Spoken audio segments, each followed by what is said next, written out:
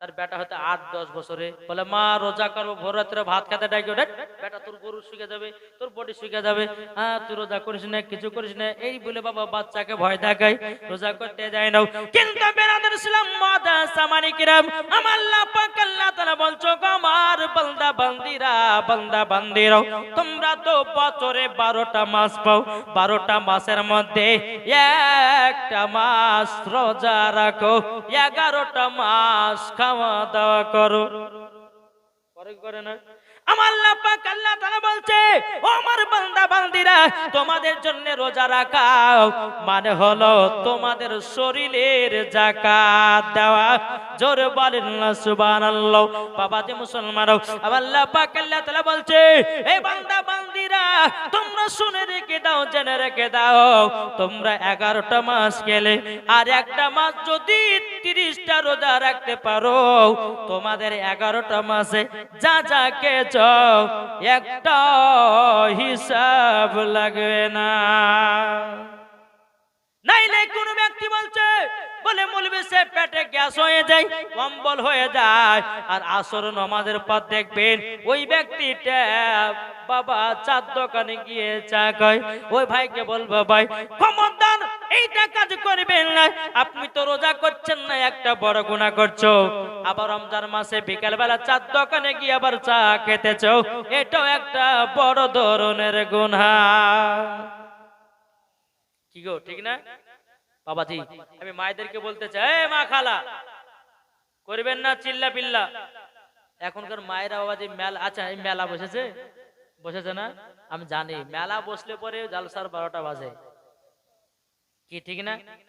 কিন্তু বাবাজি আমার কমিটি ভাইরা এত সুন্দর করে জান্নাতি বাগান সাজিয়েছে, এতে নেকি না গুনাহ?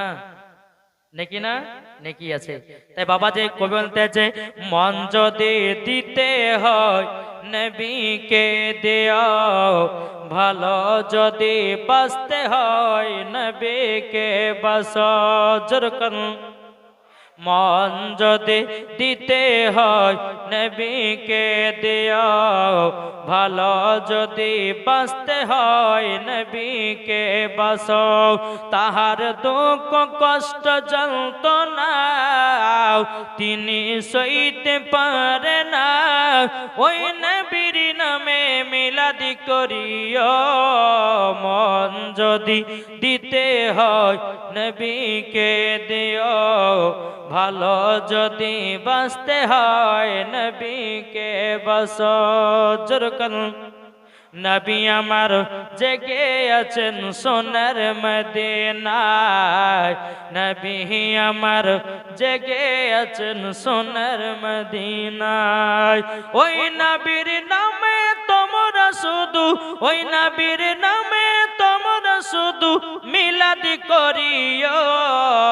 মন যদি দিতে হয় নবীকে দিও। জোর করুন। নবী আমার দাঁড়িয়ে থাকবেন জাহান্নামের গেটে, জালসা শোনা মুমিনদেরকে জান্নাত নিয়ে যাবে। জরুল নবী আমার দাঁড়িয়ে থাকবেন জাহান্নামের গেটে, কিয়ামত করা মুমিনদেরকে জান্নাত নিয়ে যাবে। ওই নবীর নামে তোমরা শুধু, ওই নবীর নামে তোমরা শুধু আরে কাম করিও। মন যদি দিতে হয় নবীকে দিও। জোর করুন সুবহানাল্লাহ। এ সোনা মানিকেরা চল বাবাজি এগিয়ে যায়। আমার আল্লাহ পাক আল্লাহ তাআলা বলতেছে ও বান্দা বান্দিরা তোমরা রমজান মাসে রোজা করবা, তোমরা রমজান মাসে তারাবি পড়বা, তোমরা রমজান মাসে বেশি বেশি করে দান খায়রাত করবা। আমার আল্লাহ পাক আল্লাহ তাআলা বলছে ও আমার বান্দা বান্দিরা পবিত্র রমজান মাসে যদি 1 টাকা ফকির মিসকিনকে দান করো বাবাজি 70টা নেকি পাওয়া যায়। এই কটা কটা গো? 70টা নেকি পাওয়া যায়। এটা কেন জানেন? যারা গরিব আছে আল্লাহ বলছে বান্দারে তোরা তো বেশি দান করবি না, যা গরিবরা যদি 1 টাকা দান করতে পারি বলে 70 নেকি। জোরে বলেন। আল্লাহ পাক আল্লাহ তাআলা বলছে আমার বান্দা বান্দিরও তোমাদেরকে অফার দিয়েছি, তোমরা অফারটাকে ভালো করে গ্রহণ করে নাও, আর গ্রহণ করার পর নিজের নিজের আমলটা করো, মরার পরে জান্নাতি জান্নাতি। জোরে বলুন না সুবহানাল্লাহ। এই বাবা পবিত্র রমজান মাস আসতেছে, অনেক ফকির মিসকিন বাড়িতে যায় কি যায় না? কিন্তু ভাই কোন ফকিরকে ধমক মেরে তাড়াবেন না, কোন ফকিরকে বাড়ি থেকে এমনি তাড়াইয়া দিবেন না, কেননা ফকিরের বেশে আল্লাহর ফেরেশতাও আসতে পারে, ঠিক না? বাবাজি চলুন আপনাদেরকে একটা ঘটনা তুলে ধরে। ও মা কালা শুনে যান, মা রাতের বেলা মা জননীরা মেলাতে ঠেলা খাবেন না, ও মা জননী সিরিয়াল দেখবেন না, ও মা জননীরা, ও গো মা কালারা, মেলাতে যারা ঠেলা খাবে মা গো মা তারা কখনো জান্নাতি নারী হতে পারে না, তাদেরকে মরার পরে জাহান্নামের আগুনে দেওয়া হবে। ও মা জননী শুনে যান, মা রাতের বেলা মা জননীরা যারা খাতুনে জান্নাতের মতো নারী হবে তারা মেলা ঠেলা খাবে না, যারা খাতুনে জান্নাতের মতো নারী হবে তারা কখনো সিরিয়াল দেখবে না, যারা খাতুনে জান্নাতের মতো নারী হবে তারা কখনো মিথ্যা কথা বলবে না। কি বলবে? আসুন পবিত্র রমজান মাসের একটা ঘটনা আপনাদেরকে বলি বাবা। এক বাদশা, জালেম বাদশা, তার বিবিকে বলছে, বিবি ও বিবি গো রমজান মাস ঢুকে গেল, এখন ইফতার করার জন্য অনেক ফকির মিসকিন আসবে কিন্তু দান করবে না। কত বড় জুলুম বাদশা, দান করবে না, ইফতার যদি কেউ চায় দিবে না। কিন্তু আমার আল্লাহ পাক আল্লাহ তাআলা বলছি, একজন রোজাদারকে কেউ যদি ইফতার করে, যদি এক গ্লাস পানি পান করে, আমার আল্লাহ বলতেছেন হাউজে কাউসারে তাকে পানি পান করানো হয়। ঠিক না বাবা? যে মুসলমান ভাইরাও, বাদশা তার বিবিকে বলছে, বলে বিবি রে, এখন যদি ফকির মিসকিন আছে জীবনে কোনদিন দান করবে না। এখন বলুন বাদশা তার বিবিকে বলছে, বিবি মানবে না অমান্য করবে? কি গো বাদশার কটা বিবি মানবে কি মানবে না? ওকে মানতে হবে, নালে বাড়ি থেকে বিদায় করবে। ও স্বামী গো, আপনি চিন্তা করবেন না, আপনার কথা মতো চলবো। ও মা কালা, এই ঘটনাটা একটু মন দিয়ে শুনে জানবো, আপনাদের এই ঘটনা আপনি তুলে ধরেছি। বেরাদুল ইসলাম মুআদ্দাস সামারিক রামাও, যখন বাবা বাদশা কোথায় যেন চলে গেল, এদিকে প্রথম রোজা বেরাদুল ইসলাম এক ফকির বাবা বাদশার বাড়িতে এসে বলছে, মা গো আমি ইফতার করব, আমাকে একটা রুটি দিতে পারবেন নাকি? এদিকে বাদশার বিবি বলছে, বলো গো ফকির বাবা, বেয়াদবি মাফ করিবেন, আমার স্বামীর হুকুম নাই, আমার স্বামীর অর্ডার নাই, আমি তোমাকে রুটি দিতে পারবো না। ফকির বাবা বলছে, মা একটা রুটি দিলে কি কমে যাবে? তোমাদের তো রাত প্রসাদ বাড়ি বানিয়েছো, তোমাদের জমি জায়গা ধন দৌলত অনেক আল্লাহ দিয়েছে, একটা রুটি দিলে কি তোমাদের কমে যাবে? ফকির বাবা এই কথা যখন বলল, বাদশার বিবি বলতেছে, বলে না, আমাদের যতই জমি জায়গা থাকুক না কেন, আমি স্বামীর অর্ডার ছাড়া দিতে পারবো না। বাবাজি মুসলমান ভাইরাও, কিন্তু বাদশার একটা বিটি ছিল, তার নাম হলো হযরতে সাকিনা। কি নাম? হযরতে সাকিনা। ঘর থেকে বেরিয়ে এসেছে, বলছে, মা গো কি হয়েছে, কার সাথে কথা বলছেন? বলে, বেটি দেখো এই ফকির বাবা আমার কাছে ইফতার করার জন্য রুটি চাইছে, তোমার আব্বা আমাকে মানা করে গেছে, আমি কিভাবে তাকে রুটি দিতে পারি? এদিকে বাবা সাকিনা বলছে, মা গো মা কটা রুটি বানিয়েছেন বলুন? তিনার মা বলছে, বেটে তোমার দুটো রুটি, তোমার আব্বার দুটো রুটি, আমার দুটো রুটি, মোট আমরা 6টা রুটি বানিয়েছি। সাকিনা বলছে, মা গো আমার ভাগের রুটিটা তাড়াতাড়ি করে দিয়ে দাও। বেরাদার তিনার মা 2টা ভাগের রুটি সাকিনাকে দিয়ে দিল। সাকিনার ভাগ থেকে একটা রুটি ফকির বাবাকে দান করে দিল। জোরে বলেন হযরতে সাকিনাকে যখন দান, হযরতে সাকিনা যখন একটা রুটি ফকির বাবাকে দান করে দিল, দান করে দেওয়ার পরে ফকির বাবা একটা রুটি নিয়ে খুব আনন্দ হয়েছে। আনন্দ হওয়ার পরে বাবাজি গেটের কাছে, আপনার পাশে গেটের পাশে বসে আছে। এদিকে বাবাজি মাগরিবের নামাজের অপেক্ষায় বসে আছে ফকির বাবা। এদিকে বাদশা এক পা দু পা করে বাড়ির দিকে রওনা দেয়। দেখতেছে ফকির বাবা থালাতে একটা রুটি। বাদশা বলছে কি ব্যাপার, এত সুন্দর রুটি ফকিরটা কোথায় পেল? এই রুটি তো আমার বিবির হাতে রুটি বানালে, কেন না এত সুন্দর রুটি আমাদের এলাকার মধ্যে কোন মহিলা এত সুন্দর রুটি বানাতে পারে না আমার বিবি ছাড়া। নিশ্চয় আমার বাড়ি থেকে দান করেছি। ফকির বাবার থালা থেকে বাবাজি একটা রুটি ছিল, সেই রুটিটাকে তুলে নিয়ে বাবা বাড়িতে গেছে। এই বিবি বল, এই রুটিটা কেন তুই দান করেছিস? বেরাদের ইসলাম মাদের সামানিক নাম। বাদশার বিবি বলছে স্বামী গো, ও গো স্বামী আমার, আমি দান করি নাই। তাহলে কে করেছে বলো? এটা তো তোমার হাতে রুটি বানাও, আমি তো তোমার হাতে রুটি চিনি। বলে স্বামী গো আমার হাতের রুটি, কিন্তু স্বামী গো আপনার বিটি সাকিনা তার ভাগ থেকে একটা রুটি দান করেছে ওই ফকির বাবাকে। দেখুন কি কষ্টের ঘটনা। বাবা যে মুসলমান ভাইরা একবার দূর পড়ুন আল্লাহ হুম্মা সাইয়্যিদিনা মাওলানা মুহাম্মদ ওয়ালা সাইয়্যিদিনা মাওলানা মুহাম্মদ। আমার জান মদিনা একবার জোরে বলো না, জোর হবে না? আমার জান মদিনা, আমার প্রাণ মদিনা, ভুলে যেতে চাইলেও ভোলা যায় না। জোর কেন? ভুলে যেতে চাইলেও ভোলা যায় না। আমার জান মদিনা, আমার প্রাণ মদিনা, আমার জান মদিনা, আমার প্রাণ মদিনা, ভুলে যেতে চাইলেও ভোলা যায় না। ভুলে যেতে চাইলেও ভোলা যায় না।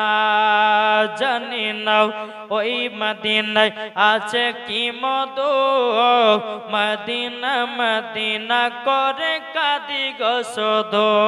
জোরে বলেন জানি না ওই মদিনায় আছে কি মধু, মদিনা মদিনা করে কাঁদি গো শুধু। দিলে আছে নবীজির ভালোবাসা, দিলে আছে নবীজির ভালোবাসা। আমার জান মদিনা একবার জোরে বলো না, আমার জান মদিনা, আমার প্রাণ মদিনা, ভুলে যেতে চাইলেও ভোলা যায় না। জোরে বলুন সুবহানাল্লাহ। সাকিনা বাবাজি তার বিটিকে ডাকতেছে। বাদশা বিটিকে ডাকে, এ সাকিনা কোথায় আছো? বেরিয়ে আসো ঘর থেকে। হযরতে সাকিনা এক পা দু পা করে বাবার কাছে এসেছে। বলছে বেটি রে বেটি, তুমি নাকি ফকির বাবাকে রুটি দান করেছো, রুটি দান করেছো? বলে আব্বা আমি একটা রুটি দান করেছি। বলে বেটি কোন হাত দিয়ে? তখন বলছে আব্বা গো আমি এই ডান হাত দিয়ে একটা ফকির বাবাকে রুটি দান করেছি।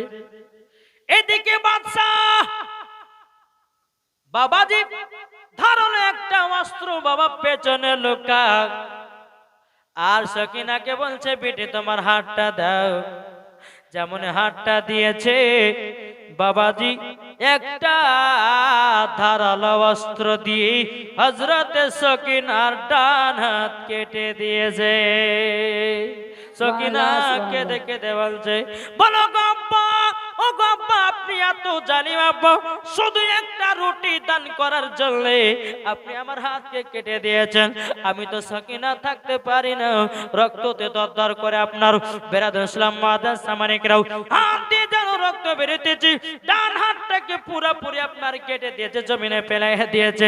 হযরতে সাকিনা বাবাজি মুসলমান, হযরতে সাকিনা বলছে আল্লাহ, আমার আব্বা এরকম একজন মানুষ, আমি একটা ফকির বাবাকে রুটি দান করার জন্য আমার হাতটা যেন কেটে দিয়েছে। বেরাদুল ইসলাম মাদান সামানিকরাও, এ সোনা মানিকেরা, ও মা কালা শুনেছেন মা রাতের বেলা মা জননীরাও, হযরতে সাকিনা বলছে আব্বা গো, আমার ভুল হয়ে গেছে, আমাকে ক্ষমা করে দাও। কিন্তু বেরাদুল ইসলাম মাদান সামানিকরাও, হযরতে সাকিনার আব্বা বলছে, বলে সাকিনাও, তুমি আমার কথা অমান্য করেছো, তার জন্য তোমার এটাই শাস্তি। শুধু এটা নয়, তোমাকে বাড়ি থেকে তেজ্য পুত্র করলাম, তুমি আমার বিটি নও, যাও বাড়ি থেকে বেরিয়ে যাও। হযরতে সাকিনা বলছে আব্বা গো, আমি একজন মহিলা, কোথায় যাব গো আব্বা? কে আমাকে খেতে দিবে, কে আমাকে পড়তে দিবে? তার আব্বা বলছে বিটি রে, তুই আমার কথা অমান্য করেছিস, একজন বাদশার কথা অমান্য করেছিস, বাদশার কথা অমান্য করার পরিণাম এইরকম হবে, যা বাড়ি থেকে বেরিয়ে যাও।